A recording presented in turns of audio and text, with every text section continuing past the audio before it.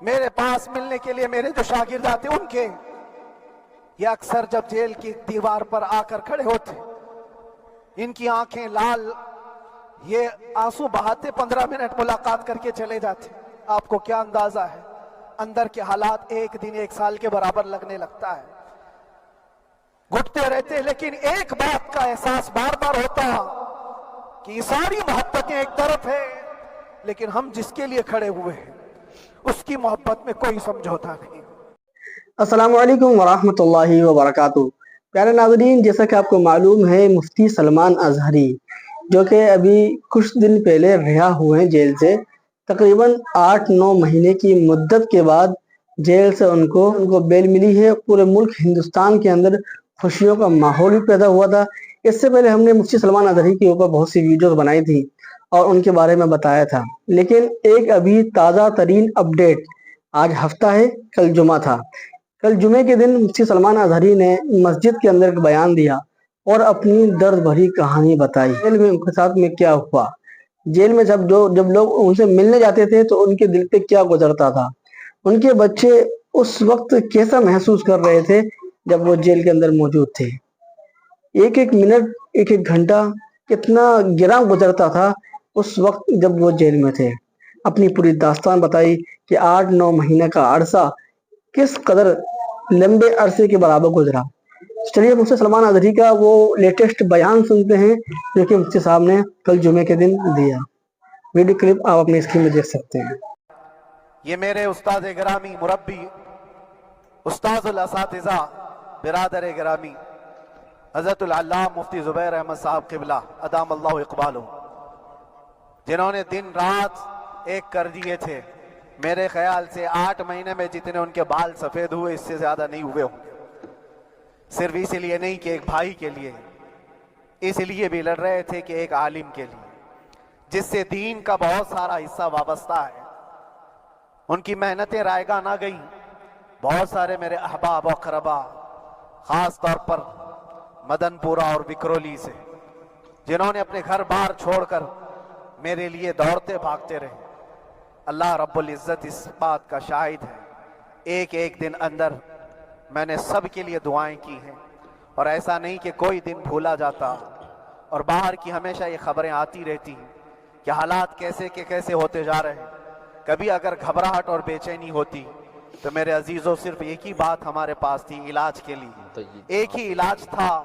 جب بے چینی بڑھ جاتی، اپنوں سے رابطہ نہیں ہو پاتا اور کسی کے خبر نہ پہنچتی، کھانے پینے کی تکلیفیں، رہنے سہنے کی مصیبتیں جب سر پر آتی، تو ایک ہی علاج تھا، ان کے نثار کوئی کیسے ہی رنج میں ہو، ان کے نثار کوئی کیسے ہی رنج میں ہو، جب یاد آ گئے ہیں سب غم بھلا دیے ہیں، جب یاد آ گئے ہیں سب غم بھلا دیے ہیں۔ اس رسول محترم صلی اللہ تعالیٰ علیہ وسلم کا احسان عظیم ہے۔ بار بار مجھے یہ احساس ہوتا رہا، پوری دنیا اگر چھوڑ دے مگر یقین تھا آمنہ کا لال کبھی نہیں چھوڑے گا، اور چھوڑا بھی نہیں، اور چھوڑا بھی نہیں۔ ہر رات جو ہمارا معمول تھا، ہم نے جو دیکھا، ہماری پچھلی زندگی میں ہم نے اتنے عجائبات نہیں دیکھے ہوں گے جو 8 مہینے کے اندر ہم نے دیکھے۔ نبی پاک صلی اللہ تعالیٰ علیہ وسلم کے انعامات و اکرامات، رب تبارک و تعالیٰ کی مدد سے دل مضبوط ہوتا ہے۔ عزیزان گرامی، ہم نے تو وہاں ایسے لوگوں کو دیکھا جو ڈپریشن کا شکار ہو کر کافر بھی ہو گئے، اور حالات سے گھبرا کر کے وہ انکار کر بیٹھے، کوئی خدا نہیں ہے، کوئی مدد نہیں آتی ہے، ایسے حالات وہاں دیکھے۔ لیکن ان حالات میں بھی اللہ تبارک و تعالیٰ کی مدد ساتھ رہی۔ رسول پاک صلی اللہ تعالیٰ علیہ وسلم کا انعام و اکرام یہ تھا کہ جس طرح سے گئے تھے اسی طرح سے واپس بھی آئے، جس طرح سے گئے تھے ویسی واپس آئے، اور نہ میرے مصطفیٰ نے باہر میری عزت میں کمی کی، نہ اندر عزت میں کمی کی، کہیں پر بھی نہیں۔ الحمدللہ، جس شان کے ساتھ رسول پاک صلی اللہ تعالیٰ علیہ وسلم اپنے چاہنے والوں کو رکھتے ہیں، وہ میں نے دنیا میں دیکھا، اور پھر یہ عرض کیا، آقا آج آپ کی عزت پر بات کرنے والے کو، چاہے وہ 1000 کال کوٹری کے اندر ہو، آپ عزت کے ساتھ بٹھاتے ہیں، تو پھر قیامت کے دن اس کی عزت کا کیا حال ہوگا؟ عرش حق ہے مسند رفعت رسول اللہ کی، دیکھنی ہے حشر میں عزت رسول اللہ کی۔ میرے عزیزو، ایک بات کو طے کر کے چلو، انہیں جانا انہیں مانا، نہ رکھا غیر سے کام، للہ الحمد میں دنیا سے مسلمان گیا۔ اس ایک بات میں جو عزت ہے، دنیا کے کسی مقام و منصب اور مرتبے میں عزت نہیں ہے۔ اور حالات دنیا انشاءاللہ میں سناتا رہوں گا۔ اللہ تبارک و تعالیٰ جب تک یہ زبان رکھا ہے حق بولتے رہیں اور سناتے رہیں گے، اور بھی حالات آپ کو انشاءاللہ العزیز آگے سناتے رہیں گے۔ لیکن آج خصوصیت کے ساتھ میں جمعہ کے لیے اسی لیے حاضر آیا کہ یہاں کے لوگ پل پل یاد کرتے رہے۔ حضرت مجھے ہر بار خبر دیتے کہ جب نماز سے فارغ ہو کر کے میں نکلوں تو مجھے لوگ پکڑ لیتے، کیا ہوا، اب کیا خبر ہے؟ تو جس قدر آپ کی بے چینی تھی، بے قراری تھی، میرے عزیزو مجھے بھی ملنے کی بے چینی اور بے قراری تھی، لیکن یہ ایک سٹیج تھا جس سے گزارا گیا ہے، ایک مقام تھا جس سے گزارا گیا۔ میں تو ایک نکما آدمی، میں تو ایک کم پڑا ہوا ہوں، لیکن آپ کو بزرگان دین کی اگر تاریخ پتہ ہو، امام اعظم ابو حنیفہ رضی اللہ تعالیٰ عنہ جن کو ناحق جیل میں رکھا گیا تھا، امام موسیٰ کاظم رضی اللہ تعالیٰ عنہ 7 سال تک قید میں رہے۔ یہ کون امام موسیٰ کاظم؟ جن کے دربار میں جانے کے لیے غوث اعظم عبد القادر جیلانی رضی اللہ تعالیٰ عنہ 4 کلومیٹر دور اپنی چپل اتار دیا کرتے تھے۔ امام موسیٰ کاظم کا وہ دربار ہے جن کو باب الحوائج کہا جاتا ہے۔ اس امام کو 7 سال تک بغیر کسی قصور کے قید میں رکھا گیا، اور حد تو یہ ہے کہ اسی قید خانے میں زہر دے کر کے آپ کو مارا گیا ہے۔ آپ کا جنازہ جیل سے نکلا تھا۔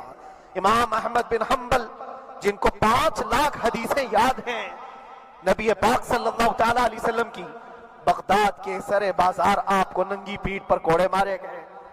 آپ کو اندازہ ہے بزرگان دین کی ایک لمبی فہرست ہے۔ جب میں وہاں گیا تھا تو ایک بزرگ کی بڑی یاد آئی، وہ تھے حضرت مجدد الفسانی رضی اللہ تعالیٰ۔ اکبر جیسے ڈکٹیٹر کے سامنے، اس زمانے کے سب سے بڑے ڈکٹیٹر بادشاہ کے سامنے آپ نے حق بات کا اعلان کیا تھا۔ مجدد الفسانی رحمت اللہ تعالیٰ علیہ نے فرمایا تھا کہ اسلام نام سے جو دین ہوگا وہ محمد عربی کا لایا ہوا ہی دین ہوگا، کسی اور بادشاہ کا بنایا ہوا نہیں ہوگا۔ اس بات پر آپ کو قید میں ڈالا گیا تھا، 8 سال تک قید میں رکھا گیا۔ 8 سال میں بادشاہ مر بھی گیا، بیٹا بادشاہ بنا، لیکن کسی نے آ کر جہانگیر کے سامنے یہ بات رکھی کہ آپ کے باپ نے جس مولانا کو قید میں ڈالا تھا گوالیار کی جیل میں، 8 سال میں جیل کا نقشہ بدلا ہوا ہے۔ تو بادشاہ نے پوچھا ہوا کیا ہے؟ کہا کہ اس مولانا نے 8 سال میں تقریباً 700 قیدیوں کو عالم بنا دیا ہے۔ درس حدیث، درس تفسیر، قرآن کا علم، نمازیں جماعتوں سے وہاں اس طرح ادا ہوتی ہیں جیسے لگتا ہے گنبد خضرا کی چھاؤں میں ہے۔ رب تبارک و تعالیٰ کا یہ احسان عظیم تھا۔ ان 8 مہینوں میں بحمدہ تعالیٰ میں نے اپنی لائف میں کبھی اتنی امامت نہیں کی تھی جتنی وہاں امامت کیا، اس لیے کہ پابندی نہیں ہو پاتی۔ جب جب امام رہا مسجد میں چھٹیاں ہوا کرتی تھی، ادھر ادھر آنا جانا، لیکن وہاں پر کبھی کسی نماز میں چھٹی نہیں ہوئی۔ اور امامت اللہ تبارک و تعالیٰ کو جہاں لینا ہے وہاں لیتا رہے۔ اور مجھے اس بات کا تھوڑا قلق تھا، 24 سال سے میں تراویح سنا رہا تھا، 24 تراویح ہو چکی تھی، رمضان المبارک کا 24 گزر چکے تھے، 25واں سال تھا، ظالموں نے مجھے رمضان سے پہلے اندر کر دیا۔ بار بار یہ خواہش ہوتی تھی کہ میری تراویح چھوٹنے نہ پائے، 25ویں تراویح ہے، 25ویں محراب ہے، لیکن رب تبارک و تعالیٰ کا احسان، اندر موجود سارے مسلمانوں نے یہ مطالبہ کیا کہ ہم یہاں جماعت سے تراویح قائم کریں گے۔ اور اب تک لوگ الم تری کیف والی تراویح کبھی کبھار پڑھ لیا کرتے ہیں، لیکن سارے لوگوں نے مل کر کے یہ اتفاقاً کہا کہ ہم پورا قرآن آپ سے سننا چاہتے ہیں۔ کیسے کیسے قیدی تھے، کیسے کیسے کرائم والے تھے۔ میں نے کہا آج میں ایک دن پڑھاتا ہوں، ایک پارہ پڑھوں گا، آپ کو اگر لگے تو بتا دینا، بھاری پڑ جائے، کیونکہ لوگ سارے کرمنل ہیں اور کئی طرح کے جرائم کیے ہوئے لوگ، نماز دین سے کہاں زیادہ رشتہ، کہاں ہو سکتا ہے یہ گھبرا کر بھاگ جائیں۔ ایک دن پڑھاؤں گا، اگر آپ کو لگے تو بول دینا، نہیں تو کل سے الحمدللہ پہلے دن تراویح پڑھا ہے۔